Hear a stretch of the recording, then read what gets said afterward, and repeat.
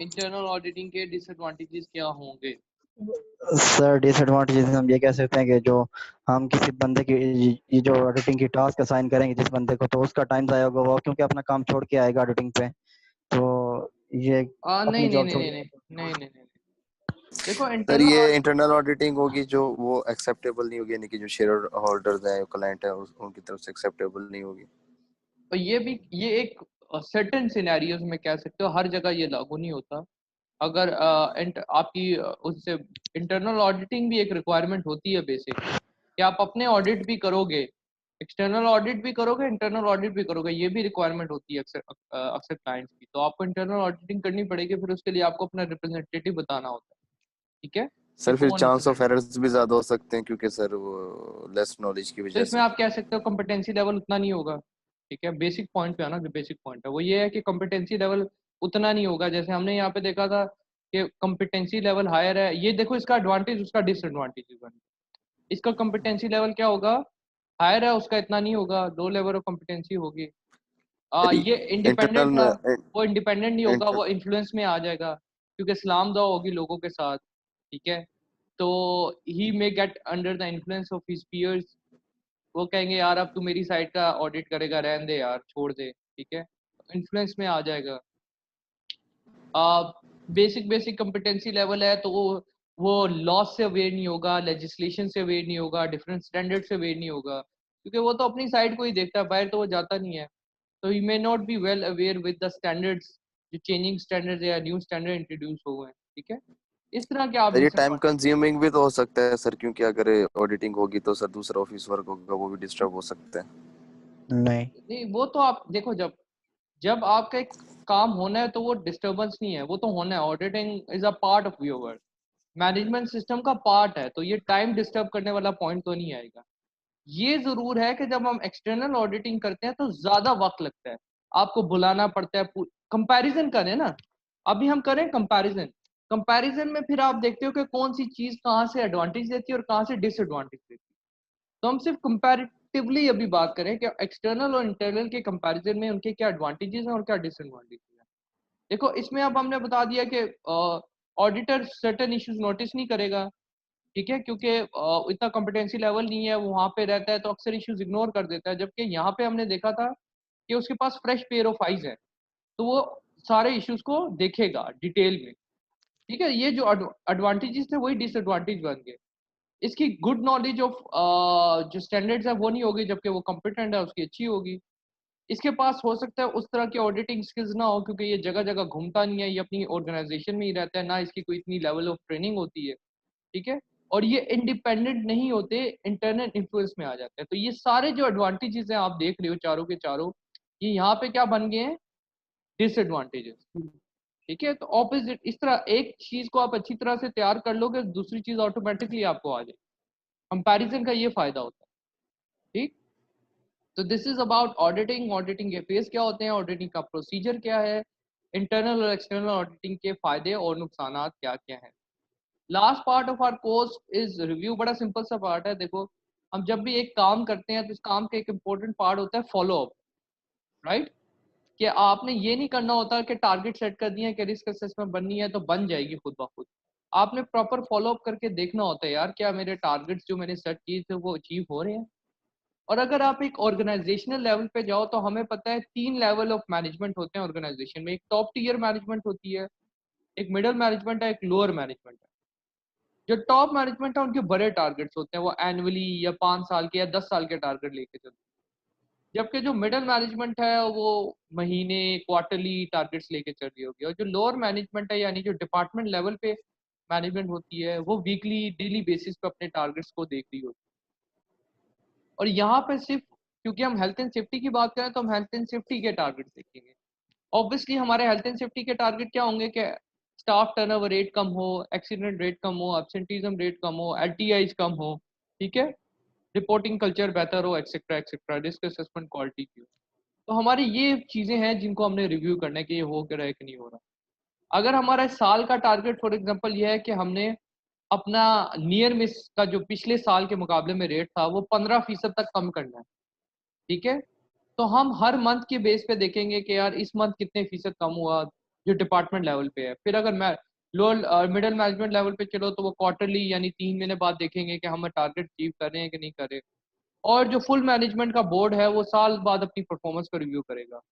यानी एक macro level पे काम हो रहा था, यानी टॉप लेवल मैनेजमेंट पे काम हो जाता है जो बड़े लेवल पे चीज़ों को देख रही होती है, और एक माइक्रो लेवल पे काम हो रहा होता है जो डिपार्टमेंट्स या लोअर मैनेजमेंट कर रही होती है। ठीक है, तो सबसे पहले पर्पस क्या है रिव्यू का? फुल मैनेजमेंट आपके पास रिव्यू होता है जो एनुअली होता है, पूरा बोर्ड करता है, या मैनेजमेंट की टीम का जो लोअर मैनेजमेंट होती है, मिडिल मैनेजमेंट जिसे कहते हैं, वो क्वार्टरली करती है रिव्यू। और डिपार्टमेंटल जो रिव्यू है वो लाइन मैनेजर्स ट्रैक पर रखने के लिए या सुपरवाइजर इनकी हेल्प करते हैं, डेली बेसिस पे, वीकली बेसिस पे, मंथली बेसिस पे करते रहते हैं, ताकि अगर कोई परफॉर्मेंस में लैक आ रहा है तो वो उसको इम्प्रूव कर सके, क्योंकि अल्टीमेटली हमारा मकसद क्या है कि हमने अपने ये टारगेट मीट करने हैं।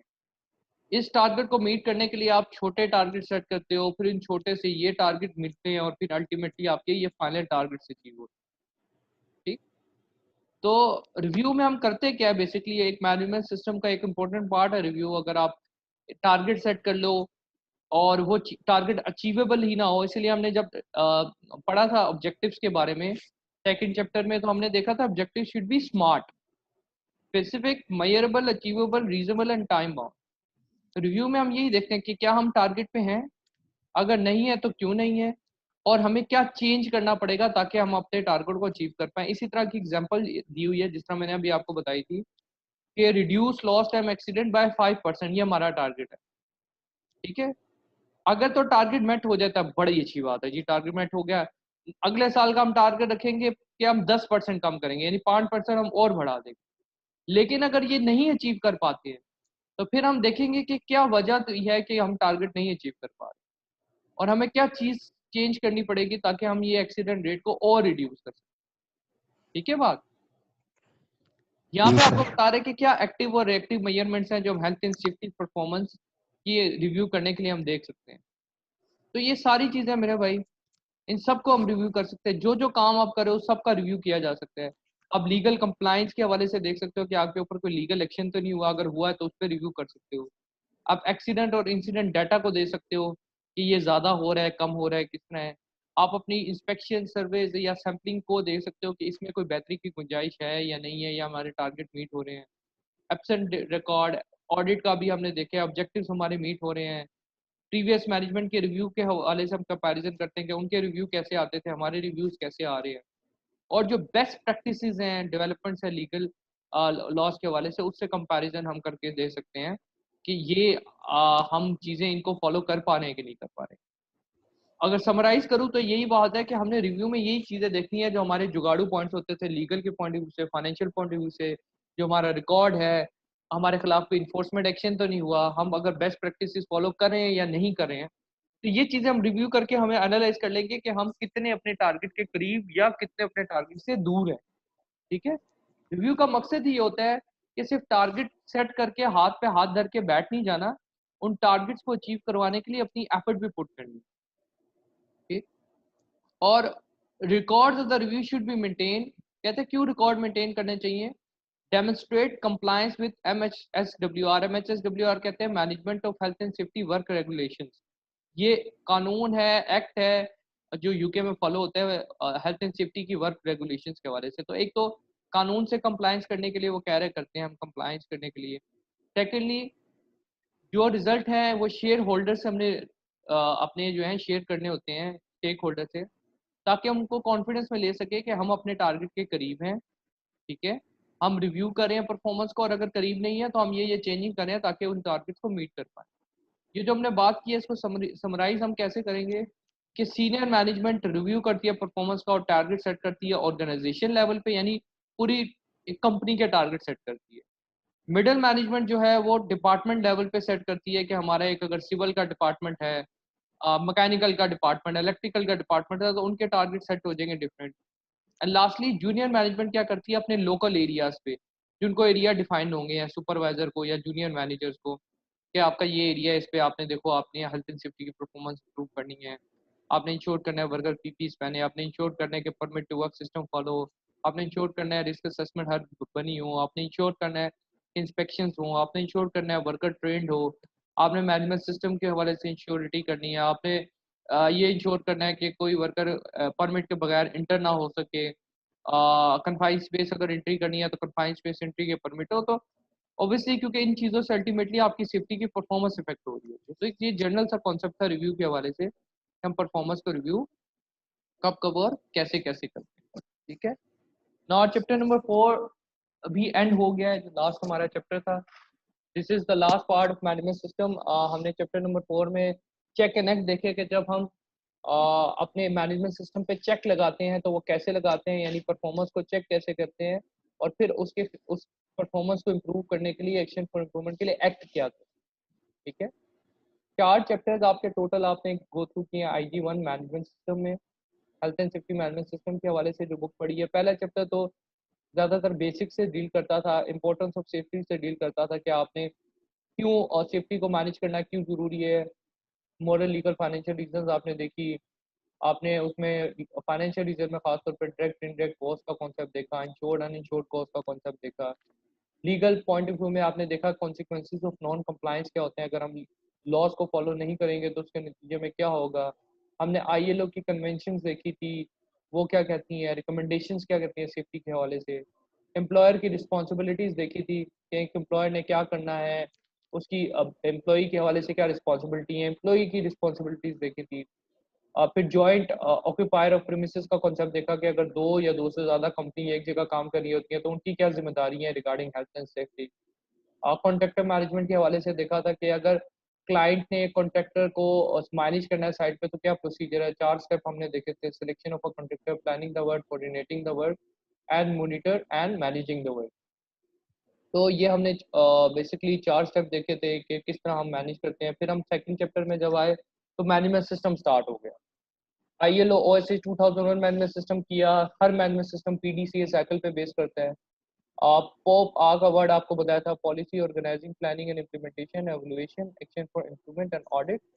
ये आपका ILO OSH 2001 मैनेजमेंट सिस्टम है। जबकि हमने ISO 45001 मैनेजमेंट सिस्टम जब किया था तो उसमें कुछ चीज़ें हमने ये देखी थी कि कॉन्टेक्स्ट ऑफ द ऑर्गेनाइजेशन उसमें इंक्लूड हो जाता है, उसमें वर्कर की पार्टिसिपेशन को वैल्यू दी जाती है, मैनेजमेंट की पार्टिसिपेशन को वैल्यू दी जाती है, इंटरनल एक्सटर्नल इवेंट्स को कंसिडर किया जाता है।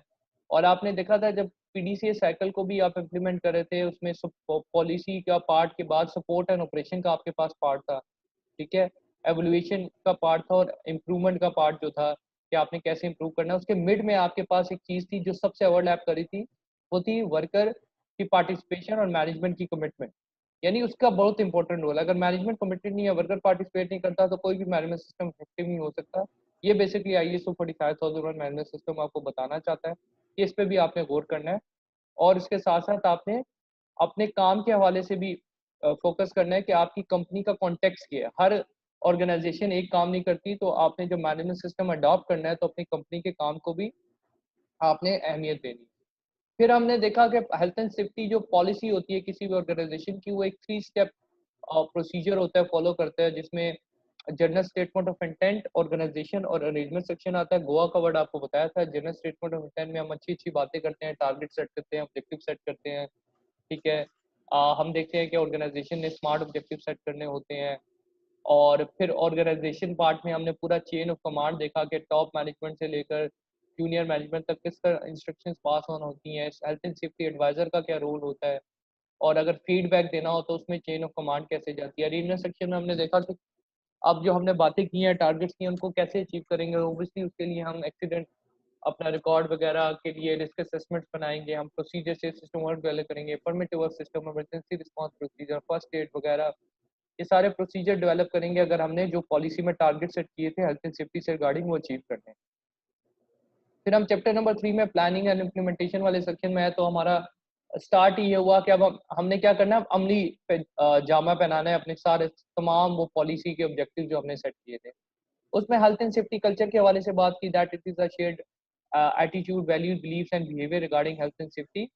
और फिर हमने फिर देखा कि positive health and safety culture में पीयर ग्रुप प्रेशर का क्या रोल होता है, और नेगेटिव अगर कल्चर हो तो उसमें भी उसका क्या रोल प्ले करते हैं। हेल्थ एंड सेफ्टी कल्चर को प्रमोट हमने कैसे कर सकते हैं। हमने ये देखा था कि कम्युनिकेशन हमारे पास वर्बल होती है, रिटन होती है, ग्राफिकल होती है, उसके एडवांटेजेस डिसएडवांटेजेस क्या हैं। अगर आपने ह्यूमन रिलेटेड सेफ्टी बिहेवियर को इम्प्रूव करना है तो उसके लिए कौन से 3 फैक्टर्स हम कंसिडर करते हैं, तो वो जियो का वर्ड आपको लिखवाया था, job, individual and organisational factors आपके पास होते हैं, ठीक है। उसमें भी मैंने आपको कीवर्ड एक डेप्थ डब्ल्यू का जॉब के हवाले से, इंडिविजुअल के हवाले से कैंप्स का वर्ड बताया था। डेप्थ डब्ल्यू में डिस्प्ले कंट्रोल, इन्वायरमेंट आपकी कैसी है, आपके पास फिर प्रोसीजर्स कैसे हैं, ठीक है, आपके पास वहाँ उस हवाले से क्या कंडीशन, टेम्परेचर कंडीशन कैसी कैसी है और वर्कलोड कैसा है। जबकि इंडिविजुअल के हवाले से कैंप्स का वर्ड जो लिखवाया था उसमें competency level, attitude, motivation, personality and skills of a person, ठीक है। और ऑर्गेनाइजेशन फैक्टर्स में वही आ जाती हैं चीज़ें जो एम्प्लॉयर की रिस्पॉन्सिबिलिटी हैं, क्योंकि एम्प्लॉयर जो है वो बेसिकली एक कंपनी को, एक ऑर्गेनाइजेशन को ही रिप्रेजेंट कर रहा होता है। रिस्क असेसमेंट का 5 स्टेप का हमने देखे थे, identify the hazards, identify the people who may be harmed and now evaluate the risk and decide on precaution, record significant findings, review and update as necessary, IIERR। और इसमें आपने जो precautions का वर्ड है, हायरार्की ऑफ कंट्रोल है, elimination, substitution, engineering control, administrative control, PPEs. Engineering control भी 4 आपके पास है, आइसोलेशन था जो टोटल इंक्लोजर होता है, पार्शियल इंक्लोजर आपके पास आ जाता है। उसके बाद आपके पास सेफ्टी डिवाइसेस हैं और सेपरेशन सेग्रीगेशन है। मैनेजमेंट कंट्रोल में आपने देखा कि इंफॉर्मेशन, इंस्ट्रक्शन, ट्रेनिंग, सुपरविजन हमने प्रोवाइड करनी होती है, वर्कर की डोज मैनेज करनी होती है, वर्कलोड मैनेज करना होता है, ये मैनेजमेंट की रिस्पॉन्सिबिलिटी है, प्रोसीजर मेकिंग मैनेजमेंट की रिस्पॉन्सिबिलिटी है। परमिट वर्क सिस्टम में 4 स्टेप्स आपने देखे कि इशुएंस सबसे पहले होती है परमिट की, फिर रिसीप्ट होती है, फिर आपके पास रिटर्न टू सर्विस है, क्लियरेंस और एंड कैंसिलेशन होती है, और अगर आप चाहो तो एक्सटेंशन भी कर सकते हो। Safe system of work 4 step का प्रोसीजर है, जिसमें आप सबसे पहले आप क्या करते हो, आपको पता होना चाहिए था फॉर्मल प्रोसीजर, यानी कि आपको उसको रिकॉर्ड करना पड़ेगा, सिस्टमैटिक एग्जामिनेशन करनी पड़ेगी, हैजर्ड आइडेंटिफिकेशन करनी पड़ेगी और सेफ वर्किंग मेथड अडॉप्ट करने पड़ेंगे। हैजर्ड आइडेंटिफिकेशन हमने देखा था जब रिस्क असेसमेंट में, तो 4 स्टेप्स उसमें फॉलो होते थे जिससे हम हैजर्ड आइडेंटिफाई कर सकते हैं। एक तो हम रिकॉर्ड देख सकते हैं, किस चीज़ का रिकॉर्ड, एक्सीडेंट का रिकॉर्ड देख सकते हैं, मैन्युफैक्चर की इंफॉर्मेशन से हमें गाइडेंस मिल सकती है, ठीक है। उसके अलावा जो हमारे कंसर्निंग पॉइंट था वो क्या था, लेजिस्लेशन से हम देख सकते हैं, बेसिकली लीगल लॉज के हवाले से हमें इंफॉर्मेशन मिल सकती है। लेकिन हमने जो करना है वो बेसिकली टास्क एनालिसिस करना है, फ्रीडम लगाना है, select the task, record each stage of the task. उसके बाद हमारे पास evaluate the risk associated with each stage, develop safe working method, implement safe working method and monitor to check for its effectiveness. ये पूरा task analysis लगा के हम identification करते हैं। और हमारे पास फैक्टर्स पीमी का यहाँ पे हमने वर्ड पढ़ा था सेफ सिस्टम वर्क में, पीपल, इक्विपमेंट, मटेरियल, एनवायरनमेंट। ये वही 4 ऑब्जेक्टिव्स अगर आप गौर करो तो हैं जो हमने safe place of work, safe plant and equipment, safe environment and safe people के हवाले से बताए थे। और मैंने आपको बताया था कि थ्रू सेफ सिस्टम वर्क ही हम इस चीज़ को इम्प्लीमेंट कर सकते हैं। इमरजेंसी प्रोसीजर देखिए कि वो क्यों ज़रूरी होते हैं, किस किस जगह पे इमरजेंसी प्रोसीजर बनाने पड़ते हैं, emergency retrieval equipment, response equipment की क्या अहमियत है, किस किस जगहों पे इमरजेंसी की ज़रूरत पड़ती है, और इमरजेंसी जब ज़रूरत पड़ती है तो कौन से फैक्टर्स हम कंसिडर करते हैं। फिर फर्स्ट एड के हवाले से फर्स्ट एड की क्या इंपॉर्टेंस है, फर्स्ट एड किसी जगह पे देनी है तो कौन से फैक्टर्स आप कंसिडर करोगे। फर्स्ट एड के लिए पैक का वर्ड, पर्सनल इक्विपमेंट, फैसिलिटीज और 3 P's आपको बताए थे, प्रिजर्व लाइफ, प्रमोट रिकवरी है, prevent deterioration and promote recovery. ये 3 स्टेप्स बताए थे। फैक्टर्स कुछ कंसिडर करने होते हैं हमने जब हम फर्स्ट एड कहीं सप्लाई कर रहे होते हैं, जैसे कि हमने देखना होता है spread of the work place क्या है, उसकी जोग्राफिकल लोकेशन क्या है, नंबर ऑफ वर्कर्स कितने हैं, टाइप ऑफ हैजर्ड क्या है वहाँ पे वर्क प्लेस पे, हमारे लेजिस्लेशन हमें क्या कहती है, एक्सेट्रा एक्सेट्रा। और फिर हमने ये देखा था कि अगर किसी इंडिविजुअल को हम फर्स्ट एडर बनाना चाहते हैं तो उसमें क्या खूबियाँ हमने देखनी है, ठीक। लास्टली चैप्टर नंबर 4 बड़ा आसान सा चैप्टर था, इसमें हमने देखा है एक्टिव मॉनिटरिंग के हवाले से अगर हादसा पेश आ जाता है तो हम क्या करते हैं। हम बेसिकली एक्टिव मॉनिटरिंग भी कर सकते हैं, रेक्टिव मॉनिटरिंग भी कर सकते हैं। रेक्टिव मॉनिटरिंग में इन्वेस्टिगेशन करते हैं, जबकि एक्टिव मॉनिटरिंग में हमने जो सारी बातें सीखी थी, रिस्क असेसमेंट, इंस्पेक्शन करना, ट्रेनिंग्स करना, इनको हम स्केड्यूल के मुताबिक कराने की कोशिश करते हैं। यानी कि सिर्फ रिस्क असेसमेंट करा देना is not active monitoring. Risk assessment quality हो और जो हमने स्केड्यूल सेट किया है, जो हमने टाइमलाइन सेट किया है उसके मुताबिक बनी हुई है। ट्रेनिंग भी स्केड्यूल के टाइमलाइन के मुताबिक होगी तो उस पर नज़र रखना is active monitoring. Reactive monitoring में हम देखते हैं कि हादसे की महरिकात की थी, इसके रीजंस क्या थी, इमीडिएट और रूट कॉजेज क्या है, और इस हादसे को हमने दोबारा होने नहीं देना। इमीडिएट कॉजेज हम आपने देखा था अनसेफ एक्ट्स और अनसेफ कंडीशन होते हैं, जबकि रूट कॉजेज आपके पास मैनेजमेंट फेलियर यानी मैनेजमेंट की जो जिम्मेदारी है उन्होंने पूरी नहीं की। तो आपके पास ये चीज़ आ जाती है। इन्वेस्टिगेशन के प्रोसीजर में दो चीज़ें हमने पहले देखनी होती हैं, सेफ्टी ऑफ द सीन और कैजुअलिटी केयर। फिर गेव का वर्ड आपने याद रखना था, gather factual information, analyse the information and draw conclusion, identify the control measure and plan the remedial action. उसके बाद आपके पास इन्वेस्टिगेशन करने के हमने टीम देखे, इन्वेस्टिगेशन में टीम कौन होते हैं, कौन से इंटरनल एक्सटर्नल लोग हैं जो इन्वॉल्व होते हैं, स्टेक होल्डर्स कौन होते हैं, आप क्या क्या एडवांटेजेस हैं आपको इन्वेस्टिगेशन करने के हवाले से। ये तो दो बेसिक आपको बताए थे कि ये स्पेसिफिक रीजन है इन्वेस्टिगेशन करने के। इसके अलावा हमें लीगल हवाले से फ़ायदा होता है, इंटरनेशनल स्टैंडर्ड्स को हम फॉलो करते हैं, हम रिकॉर्ड मेंटेनेंस में हमें फ़ायदा होता है, हमें ऑब्वियसली बिजनेस लॉस नहीं होगा अगर हम प्रॉपर तरीके से इन्वेस्टिगेशन करेंगे। ऑडिटिंग हमने देखी, is a systematic critical objective examination of health and safety management system. Internal external auditing के हमने एडवांटेजेस डिसएडवांटेजेस देखे हैं कि अगर इंटरनल ऑडिटर हो उसके क्या फ़ायदे होंगे, एक्सटर्नल ऑडिटर हो उसके फ़ायदे क्या नुकसान होंगे। और ऑडिटिंग के 3 फेज हमने देखे, pre audit phase, during audit and after audit क्या होता है। इन दी एंड हमने रिव्यू देखा कि हेल्थ एंड सेफ्टी परफॉर्मेंस का रिव्यू कैसे किया जाता है, क्यों किया जाता है, रिव्यू में किन किन फैक्टर्स को कंसिडर किया जाता है, top management, middle management, lower management का क्या रोल है रिव्यू करने में, और किस तरह से हम अपने टारगेट्स को अलाइन इस तरह कर सकते हैं कि top management, middle management, lower management मिलकर उन टारगेट्स को अचीव करने में हमारे पास हेल्प करें।